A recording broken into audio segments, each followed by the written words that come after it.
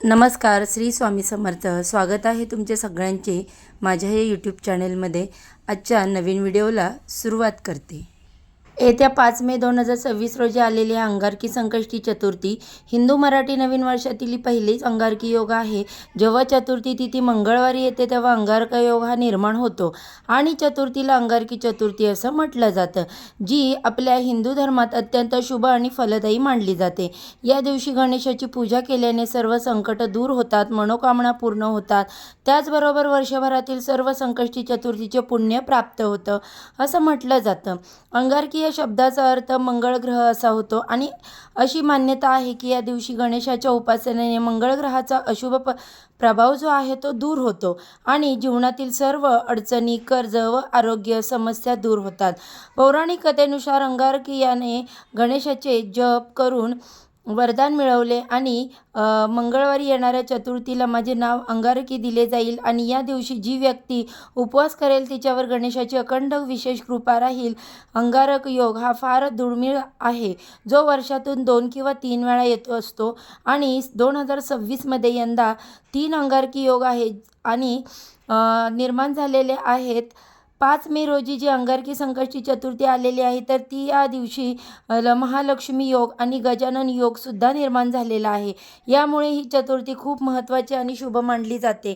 या दिवशी गणपती बाप्पा हे आपल्या भक्तांना आशीर्वाद देण्यासाठी पृथ्वीवरती येत असतात. त्यामुळे पृथ्वीवरती गणेश तत्व हे नेहमीच्या तुलनेत 1000 पटीने कार्यरत असतं आणि म्हणून या दिवशी व्रतासोबतच भगवान श्री गणेशांच्या पूजेसोबतच काही प्रभावी उपाय केले जातात. तर गणपती बाप्पांच्या कृपेने या उपायांनी आपल्याला शीघ्र फळ प्राप्त होते आणि म्हणूनच आज या व्हिडिओमध्ये मी तुम्हाला एक अत्यंत प्रभावी असा उपाय सांगणार आहे.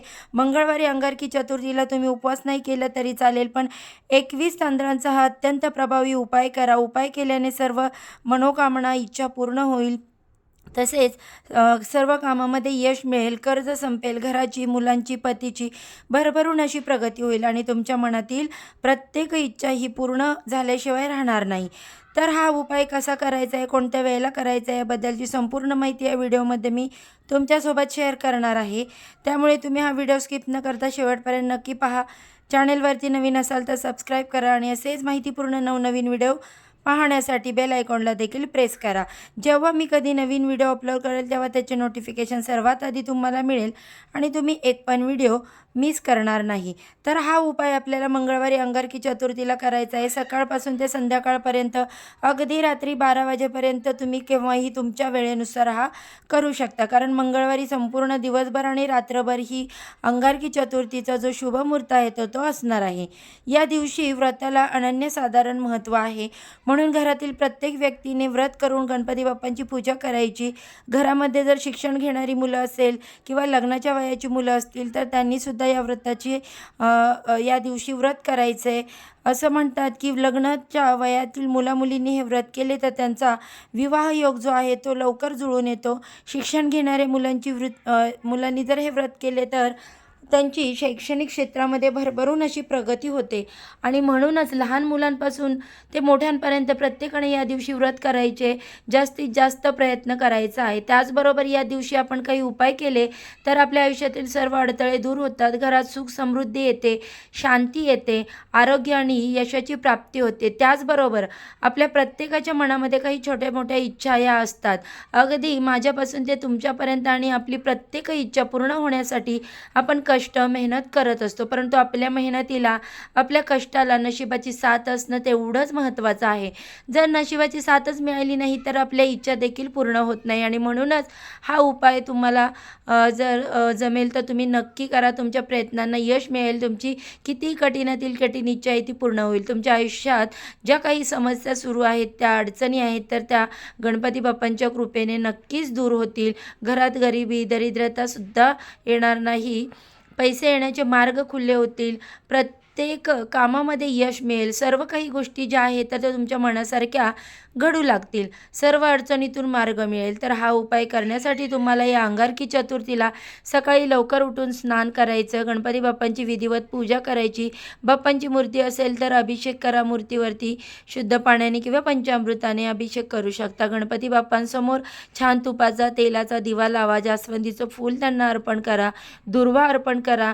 नैवेद्य अर्पण करा आणि धूप दीप अगरबत्ती लावून तुम्हाला घरातील वातावरण प्रसन्न करायचं आणि त्यानंतर तुम्ही हा उपाय लगेच करायचा आहे. उपाय आपल्याला घरी करायचा आहे, त्यामुळे आपल्याला देवघरामध्ये गणपती बाप्पांची मूर्ती किंवा फोटो हा असायलाच हवा. याशिवाय आपल्याला हा जो उपाय आहे तर तो करता येणार नाही. आपल्या देवघरामध्ये गणपती बाप्पांची मूर्ती ही नेहमीच असते बघा प्रत्येकाच्याच. तर प्लीज अशांनी अंगारकी चतुर्थीला जरी मूर्ती नसेल तर बाप्पांची मूर्ती खरेदी करून आणा. पंचधातूची, तांब्याची, तुम्हाला जी कोणती खरेदी करायची ती तुम्ही करू शकता. परंतु तुम्हाला मूर्ती आणायचीच आहे आपल्या देवघरामध्ये, आपल्या घरामध्ये, तर गणपती बाप्पांची किंवा मग फोटो असणं खूप महत्त्वाचं आहे. कारण गणपती बाप्पा हे विघ्नहर्ता आहेत, संकट दूर करणारे देवता आहेत. एवढेच नाही तर सर्व देवतांपेक्षा अतिशय हुशार देवता आणि बुद्धीची, ज्ञानाची देवता म्हणून त्यांना ओळखलं जातं. आणि म्हणून आपल्या घरामध्ये जर गणपती बाप्पांची मूर्ती असेल ना तर मुलांची भरभरून प्रगती होते, त्यांची बुद्धी तलक राहते. आता फक्त गणपती बाप्पांची मूर्ती तुम्ही देवघरामध्ये ठेवली आणि मुलांची बुद्धी तलक होते का? तर नाही. मुलांच्या हातून गणपती बाप्पांची सेवासुद्धा तेवढीच महत्त्वाची असते. म्हणून नित्यनेमाने मुलांकडून अथर्व शीर्षांचं पठण करून घ्यावं. त्यामुळे नक्कीच मुलांची शैक्षणिक प्रगती होते. आता गणपती बाप्पांची पूजा अर्चा करून झाल्यानंतर तुम्हाला हा उपाय जो आहे तो करायचा आहे.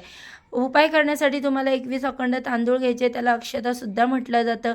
आपल्या हिंदू धर्मात तांदळाला अत्यंत पवित्र आणि श्रेष्ठ धान्य मानलं गेलेलं आहे. पूजा, शुभ कार्य किंवा भरभराटीचे हे प्रतीक मानलं जातं अशा समयी. आणि गणपती बाप्पांच्या पूजेमध्ये तांदूळ हे खूप महत्त्वाचे असतात. म्हणजे अक्षता या खूप महत्त्वाच्या असतात. अक्षता त्यांच्यावरती अर्पण केल्याशिवाय पूजा देखील पूर्ण होत नाही. तांदूळ हे धनसंपत्तीची देवी म्हणजेच लक्ष्मीचे प्रतीक देखील मानलं जातं आणि म्हणूनच आपल्याला 21 अखंड तांदूळ घ्यायचे आहेत. अखंड म्हणजे कुठेही तुटलेले फुटलेले नसावेत. आणि आपण ह्या जर अखंड म्हणजेच खंडित झालेल्या जर अक्षता वापरल्या तर त्याचा उलट परिणाम आपल्यावरती होतो. आपल्याला त्याचे फळं भोगावे लागतात वाईट. आणि अखंड 21 तांदूळ तुम्हाला घ्यायचे. थोडंसं हळद कुंकू लावून त्या पिवळ्या अक्षता बनवायच्या. त्यानंतर एक लिंबू घ्यायचा आहे. लिंबू चांगलं पिवळसर घ्यायचं आणि लिंबावरती लाल पेनाने तुमची इच्छा लिहायची. धनप्राप्तीची इच्छा आहे, धनप्राप्ती, नोकरी प्राप्तीची, मुलांची प्रगती, शत्रू, आजारपण आहे, आजारपण जे काही असेल तुमची इच्छा आहे तर ती इच्छा तुम्हाला पेनाने या पिवळ्या रंगाच्या लिंबावरती लिहायची. आणि जे आपण स्वयंपाकघरामध्ये लिंबू सरबत करण्यासाठी लिंबू वापरतो तर त्या लिंबावरती तुमची इच्छा तुम्हाला लिहायची. त्यानंतर लिंबू आपल्याला हातात घ्यायचं, गणपती बाप्पांचं स्मरण करायचं, मनोकामना इच्छा व्यक्त करायची आणि 3 वेळा गणपती अथर्व शीर्षांचं पठण करायचं. त्यानंतर हे लिंबू जे आहे ते आपल्याला गणपती बाप्पांच्या मूर्ती असेल किंवा फोटो असेल तर त्याच्या मागच्या साईडला ठेवून द्यायचं. बाप्पांची मूर्ती असेल तर मूर्तीच्या मागे ठेवा, फोटो असेल तर फोटोच्या मागे ठेवा. नंतर गणपती बाप्पांना दुर्वा जास्वंदीचं फूल अर्पण करायचं, हळद कुंकू अक्षता अर्पण करायच्या. 21 ज्या तुम्ही तांदूळ घेतलेले आहेत अक्षता त्या तुम्हाला ह्याच्या एका हातामध्ये घ्यायच्या आहे आणि एक मंत्र मी तुम्हाला सांगते तर तो मंत्र म्हणायचा आहे. हा मंत्र असा आहे, इदम अक्षतम ओम गणगणपतये नमः. हा मंत्र म्हणायचा. एक अक्षता बाप्पांच्या चरणी अर्पण करायची, दुसरी अक्षता घ्यायची, इदम अक्षतम ओम गणगणपतये नमः हा मंत्र म्हणायचा, दुसरी अक्षता बाप्पांच्या चरणी अर्पण करायची. असे तुम्हाला 21 वेळा हा मंत्र म्हणून अक्षता अर्पण बाप्पांच्या चरणी करायचे.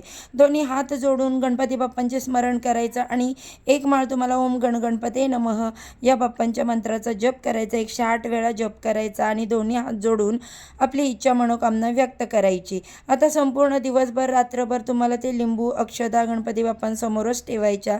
दुसऱ्या दिवशी लिंबू जे आहे ते वाहत्या पाण्यामध्ये विसर्जित करायचं.